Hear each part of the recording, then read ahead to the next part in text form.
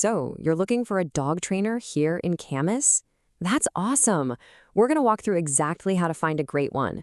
Someone who can help you and your pup really enjoy everything this town has to offer.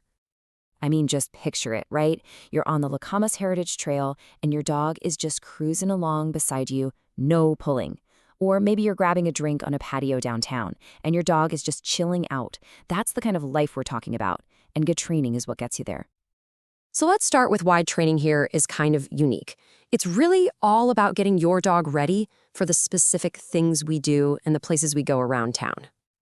Yeah, we're talking about more than just sit and stay. Think about it. Can your dog handle the crowds during Camas days or greet another dog at Crown Park without it turning into a whole big thing? These are those real-life skills that just make everything so much easier and more fun. Okay, so you know why you need the training. Now, let's figure out who to hire. When you're looking for a trainer, it really comes down to two main things: the methods they use and their professional qualifications.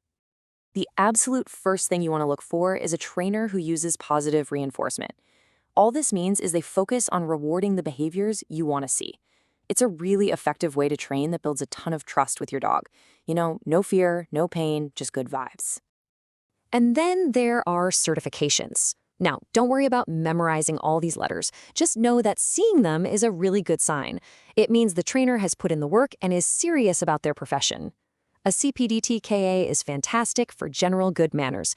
If you're dealing with something trickier, like serious fear, a specialist with a CBCC-KA might be what you need. All right, let's get into the nitty-gritty, how training is actually done and, what it's going to cost.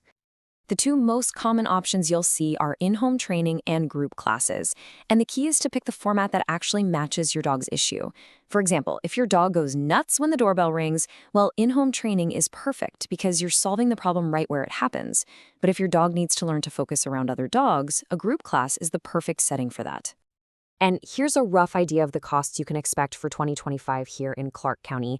As you can see, there's a pretty big range. You've got affordable options like group classes to start, all the way up to more intensive programs like a board and train. It just helps you see what might work for your budget. Okay, so you've found a couple of trainers that look promising. Before you commit, you definitely want to have a chat with them. Knowing what to ask is super helpful, so let's go over a quick checklist. This is pretty much your go-to guide. You want to double-check that their methods are positive and ask about their credentials. But this third one is really important. Ask them how they'll tailor the plan specifically for your dog. Every dog is different, so you don't want a cookie-cutter approach. And of course, get the full cost up front and ask how you'll both know if your dog is making progress. Once you've got your trainer and you're learning new things, it's time for the fun part, putting it all into practice out in the real world. That means knowing the local rules and finding the best places to work on those new skills. So these are just the basic rules every dog owner in Camas should know. Leashes are pretty much required everywhere that isn't a dog park, which is exactly why practicing that loose leash walking is so important. And getting your dog licensed with the county is a must. It's the law. And it's also the best way to make sure they get back to you if they ever get lost. And we have some amazing spots to practice.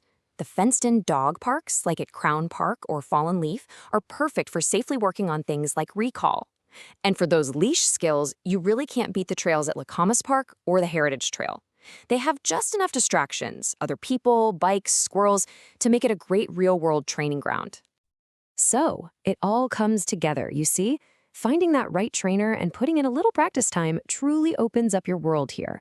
It's really about building confidence in your dog and in yourself so you can go out and enjoy everything Camas has to offer without any stress. So I guess the only question left is, what's it going to be?